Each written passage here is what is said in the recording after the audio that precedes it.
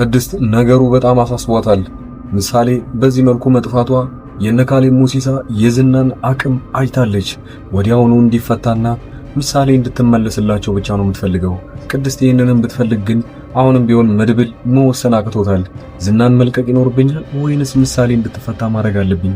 ከሁለት አንዱ መምረጥ ይኖርበታል። መድብል ግን በዚህ ሰዓት የመጣለት አንድ ሐሳብ ቢኖር ቶሎ ብሎ ዝናን እየደበደበን እና ጭካኔ የተሞላበት ድብደባ እያደረገበት ወዲያውኑ ብሩክ ወንድሙ የት እንዳለ መናገር እንዳለበት ነው። ይህንንም በፍጥነት ለማድረግ የፈለገው ያው ምሳሌም እንድትፈታ ስለሚፈልግ ወዲያውኑ እሱ ተናግሮ ዝና እንዲፈታለት ይፈልጋል። ዝና ግን አንድ ነገር ሰማ፣ ምሳሌ መታገቷል። ስለዚህ መጀመሪያውኑ እንደውም በጭካኔ ብዛት ሊናገር ከጫፍ ቢደርስም አሁን ላይ ግን መናገር እንደሌለበት ነው የሚያስበው።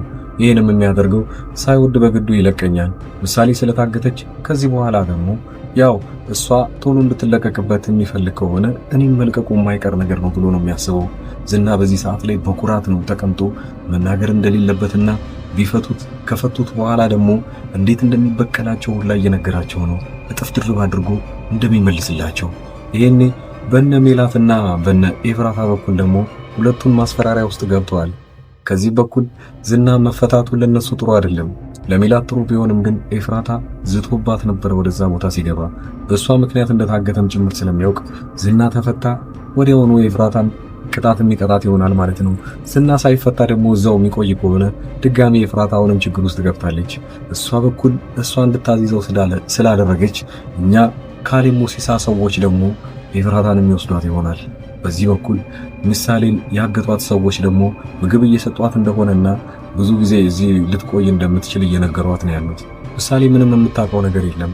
እኔ ቅድስት ብዙ ነገር እንዳደርግልሽ እፈልጋለሁኝ፣ አንቺ የፈለግሽው ነገር እዚህ እኔ ጋር እያለሽ ይደረግልሻል ብላኛለች።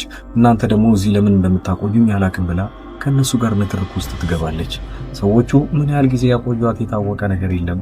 እነ መድብልና ሞገስ እሱን እስካለቀቁት ድረስ ምሳሌም እዛ የምትቆይ ይሆናል። በእናንተ በተመልካቾቻችን በኩል ምን ታስባላችሁ? ዝና ተለቆ ምሳሌ መመለስ ይኖርባታል ወይንስ ዝናን እንደዛው እየቀጠቀጡና እያሰቃዩት እንዲናገር ማድረግ ይችላሉ? የትኛው ይበልጥ ቀላል ሆኖ ታይቷቸዋል? መጀመሪያውኑ ዝና ሲታሰር ሁሉም ነገሮች እንዳሉ በእርጋታ ወይንም እኛ እንዳሰብነው ይሆንልናል ብለው ሞገስና መድብል ተስፋ አድርገው ነበረ። እኛ ካሰቃየነው መናገሩ የማይቀር ነገር ነው። ስለዚህ ወንድማችንንም በቅርቡ እንዲመለስና ወደ ቤቱ ወደ ልጁ እንዲመለስ ማድረግ እንችላለን ብሎ የመድብል እቅድ ነበረ።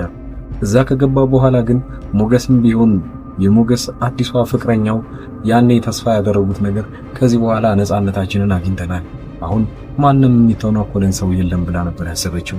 ነገሩ እንዴት ከቅርብ ጊዜ በኋላ ምሳሌ እንደታገተችና በዝና ምክንያት እንዲፈታ ማድረግ እንደሚችሉ ስትሰማ ተስፋ ትቆርጣለች። አሁን ለዚህ በፊት ስታስበው የነበረው ነገር ነበረ፣ ከዚህ ሰፈር ለቃ መውጣትና ሌላ ቦታ አዲስ ህይወት መጀመር። ያኔ ዝናን እንደማይችሉት ነበር የምታስበው። ለዛ ነበር ይሄንን እቅድ ያቀረችው። ሞገስ ግን ተረጋጊ፣ የሱ ነገር በጣም ቀላል ነው፣ እኛ መጨረስ እንችላለን እኮ። ይሄኔ እሱ ከታገተ ማለት እኛ ሁሉንም ነገር ማድረግ ስለምንችል ከዛ በኋላ በነፃነት መኖር እንችላለን። ሞገስ ይሄንን ነገር ሁሉ ለፍቅረኛው ቃል ገብቶላት ነበረ። አሁን እንደሚፈልገው እየሄደ አይደለም። ቅድስት ወዲያውኑ ሞገስ ጋር ትደውልና መድብል እኮ እምቢ አለኝ፣ ዝናን የማይለቀው ከሆነ ምሳሌ ወዲያውኑ እዛው የምትቆይ ነው የሚሆነው። ምሳሌ ምንም የምታውቀው ነገር የለችም፣ እሷ ልጅ ናት፣ እያሰቃዩት ነው የሚሆነው። ስለዚህ ሞገስ እባክህን መድብል እሺ እንዲል አድርገውና ያው ዝናን እንዲለቀው ወይንም እንዲፈታው ማድረግ ይኖርብሃል ብላ ቅድስት እያለቀሰች ነበር ስትማጸና የነበረው። ቅድስት መጀመሪያውኑ እየፈራች የነበረው ነገር ቢኖር ዝና ከታሰረ በኋላ ብዙ ነገሮች ሊፈጠሩ ይችላሉ፣ በጣም አስፈሪ ሰው ነው፣ እሱን መፍታት የለባችሁም አንዴ ካገታችሁት ብላ ነበረ። አሁን ግን ሳይወድ በግዳቸው ሊፈቱት ነው፣ ምክንያቱም ምሳሌ ስለታሰረች። ይሄ ድራማ ብዙዎቻችሁን እያናደደ የነበረው ነገር ቢኖር በጣም ያው ምሳሌ መታገቷና ዝና አሁንም ድረስ ኃይል እያስፈልገው እንደሆነም ጭምር ከዚህ በላይ መሰቃየት ሊኖርበት ይችላል። አሁን መድብል እያሰበ ያለው ነገር ቢኖር አሁን ከፈታሁት በኋላ ድጋሚ እድሉን አላገኝም፣ ዝናን መልሼ የመያዝ ወይንም የማገት ከወጣ ደግሞ እጁን አጣጥፎ አይቀመጥም። ዝና እንደምታውቁት ነው። እስካሁን ድረስ ሲበቀሉትና ሲያሰቃዩት የነበሩትን ሰዎች ተራ በተራ እያንዳንዳቸውን ዋጋ አስከፍላለሁ ብሎ ራሱ እየዛተ ነበረ። ቀጣዩ ምን ይሆን? መድብል ግዴታ ዝናን መልቀቅ ይኖርበታል ወይ? ካሌብ ሙሲሳ በስተመጨረሻ ሰዓት ላይ ደውሎለት ፊት ለፊት መድብልን ሲያናግረው ነበረ። መድብልን አንድ ነገር ይነግረዋል፣ አጭር መልስ እንዲሰጠው ማለት ነው። መድብል ሲናገር እንደሰማችሁት ከሆነ መጀመሪያውኑ ግራ የገባው ነገር ቢኖር ከዝና መታገትና ምሳሌን ያው ይዘውበት ዝናን እንዲፈታው እያደረጉት እየገፋፉት ያሉት ሰዎች ሌሎቹ ናቸው። አሁን ከቃሌብ ሙሲሳ የቀረበለት አንድ ጥያቄ ካሌብ ሙሲሳ ሲል የነበረው አሁን አንዳቸው መምረጥ ይኖርብሃል፣ ምሳሌ ወይም ደግሞ ወንድምህን የምትመርጥ ከሆነ ዝናን እዛው አገተ የምትቆይ ይሆናል። አሊያም ግን ምሳሌ የሚደርስባትን ነገር አንተ ማትቀበል ከሆነና ምንም ችግር የለብኝም ምሳሌ ምንም ብትሆን ካልክ እሷ እዚሁ እኔ ጋር ትቆያለች። አንተ ደግሞ ዝናን እንደፈለክ ማድረግ ትችላለህ። ያው ዝናን ወደ እኔ የምትለቀው ከሆነ ምሳሌን እለቅልሃለሁ። ስለ ብሩክ ስለ ወንድምህ ግን ተስፋ ቁረጥ ብሎ ስለሱ ምንም እንዳላወራው አይተናል። ወዲያውኑ መድብል ግን አንድ ትዝታ ውስጥ ይገባል። እንዴት አድርጎ ወንድሙን ማዳን እንዳለበት አሁን ከብዶታል። በምን መልኩ እሱን እንዴት እንደሚያድነው መጨረሻ ላይ ተስፋ የቆረጠው ነገር ቢኖር ያው ዝናን መፍታት እንዳለበት ቃል ገብቶለታል። ሌላኛዋ ደግሞ ቅድስት በሜላት አንድ ጉልት ተሰጣት። ሄዳ ሜላትን የተማጸነቻት ከካሌብ ሙሲሳ ጋር አንድ አይነት ግንኙነት አላቸው ወይንም ለሱ ቅርብ ናት ብላ ስላሰበች ነው።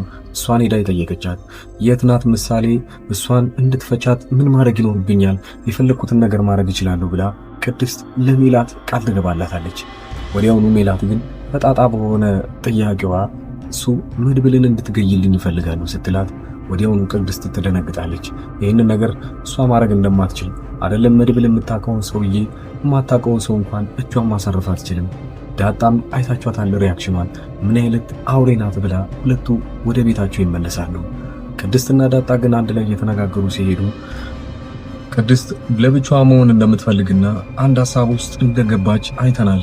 ምናልባት ይህንን ነገር እያሰበችበት እንዳይሆን ልትገለው ወይንም የሆነ ነገር ልታስፈራራው ያላት የመጨረሻ ምርጫ ቅድስት ልታደርግ የምትችለው ክፉ ነገር ምናልባት መድብልና ሞገስ ሳይሰሙ ዝናን ሄዳ የምትፈታው ከሆነ ነው።